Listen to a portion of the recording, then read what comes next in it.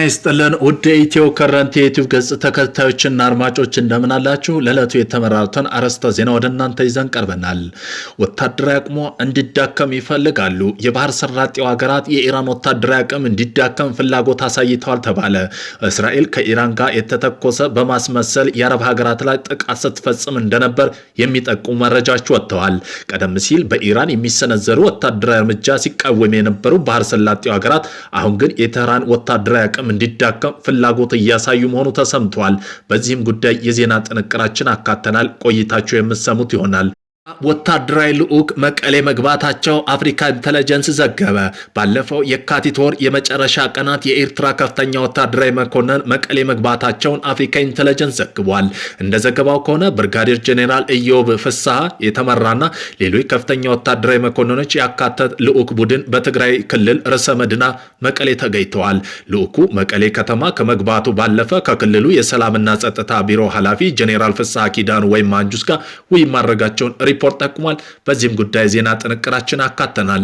በትግራይ ክልል በበጀት ይለቀቅልን ደሞዝ ይከፈለን በሚል መጠነ ሰፊ ሰላማዊ ሰልፍ ተካሂዷል። የዚህም የሰላማዊ ሰልፍ አንድምታ ምን ይመስላል የሚለው የዜና ጥንቅራችን አካተናል። የኤርትራና የትግራይ የጦር አዛዦች ፊት ለፊት ተገናኙ።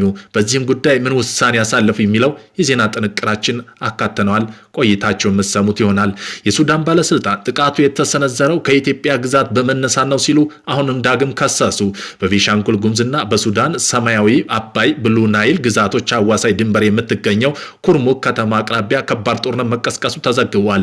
ውጊያው በሱዳን መደበኛ ጦርና በሌላ በኩል ደግሞ የፈጥኖ ደራሽ ኃይል RSF ከሱዳን ህዝባዊ ንቅናቄ ሰሜን የሚባለው ጋር በመሆን ከተማ ለመቆጣጠር በሚደረገው ጥረት የተነሳ መሆኑ ታውቋል። የዜና ትንታኔ ያካተናል።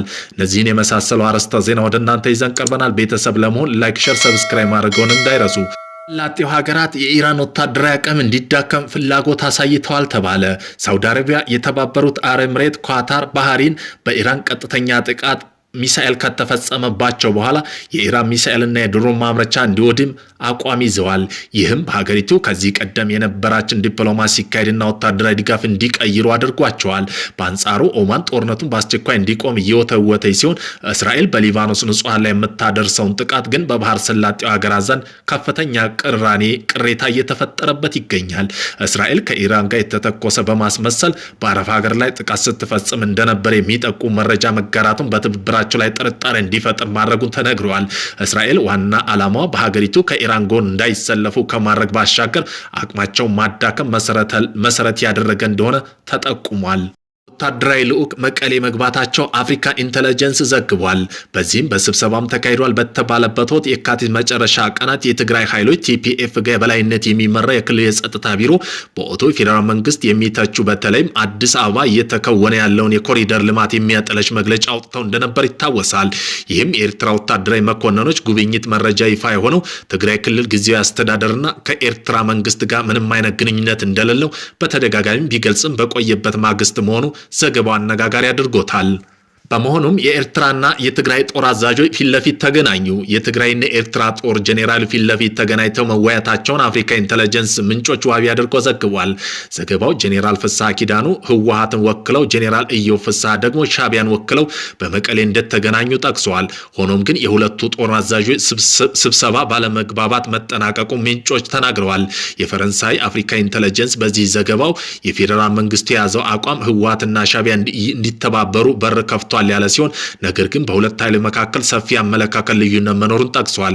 ይህ የአመለካከት ልዩነት የፈጠረው ሁለቱ ኃይሎች የኢትዮጵያ መከላከያ ሰራዊት በተመለከተ ባቀረበ ግምገማ ከማለት ውጭ ዝርዝር ጉዳዮችን አላስቀመጠም። ዘኢኮኖሚስት ከወረራ በፊት ባወጣው መረጃ የሻዕቢያና ህወሓት ኦሮሞ ነጻነት ሰራዊት ፋኖ ኃይሎች በሱዳን ውስጥ በጋራ መምከራቸው ዘገባው ነበር።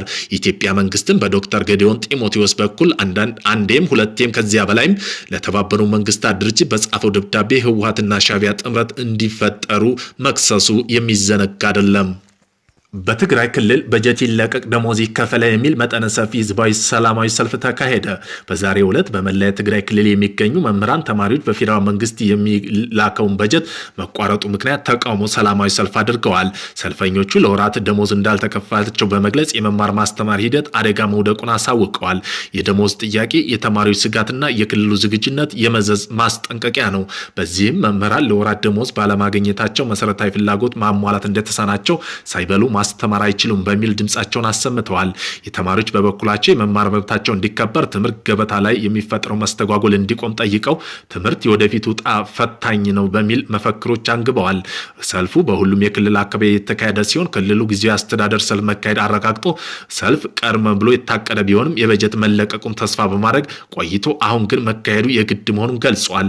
መምህራን በሀገር ተረካቢ ቱር ላይ የሚደርሰው ትምህርት መቋረጥ ከባድ መዘዝ የሚያስከትል እንደሆነ አስገንዝቦ ፌዴራል መንግስት ለቀረበ የበጀት ጥያቄ በአስቸኳይ ምላሽ እንዲሰጥ ሰልፈኞቹ በጽኑ ጠይቀዋል። የሱዳን ባለስልጣን ጥቃቱ የተሰነዘረው ከኢትዮጵያ ግዛት በመነሳት ነው ሲሉ ከሰሱ። በቤኒሻንጉል ጉሙዝና በሱዳን ሰማያዊ አባይ ብሉ ናይል ግዛቶች አዋሳኝ ድንበር ላይ በምትገኘው ኩርሙክ ከተማ አቅራቢያ ከባድ ጦርነት መቀስቀሱ ተዘግቧል። ውጊያው በሱዳን መደበኛ ጦርና በሌላ በኩል ደግሞ የሱዳን ፈጥኖ ደራሽ ኃይል RSF ከሱዳን ነጻነት ንቅናቄ ሰሜን በጋ በመሆን ከተማዋን ለመቆጣጠር የሚደረጉ ጥረት የተነሳ መሆኑ ታውቋል። ሱዳን ትሪቢዩን ስማቸው እንዳይጠቀስ የፈለጉ አንድ ከፍተኛ የሱዳን ባለስልጣን ምንጭ በማድረግ ባወጡት ዘገባ የኢትዮጵያ መንግስት በአካባቢው ለተከሰተው ጥቃት አመቺ ሁኔታ ፈጥሯል ሲል ክስ አቅርበዋል።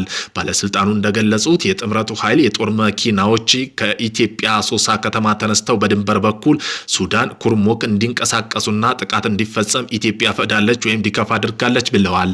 ምንም እንኳ ይህ ዘገባ ከምንጩ ቢገኝም እስካሁን ድረስ የሱዳን መንግስት በጉዳዩ ዙሪያ በኢትዮጵያ ላይ ያቀረበውን ክስ ምንም ያለው ነገር የለም።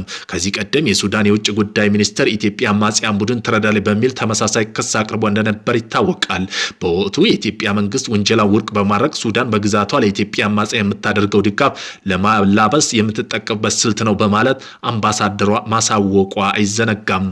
ሶማሊያ ፌዴራል መንግስት የኢትዮጵያ አጎራባች ከሆነችው ሳውዝ ዌስት ግዛት ጋር የገባበት ፍጥጫ ተባባሰ።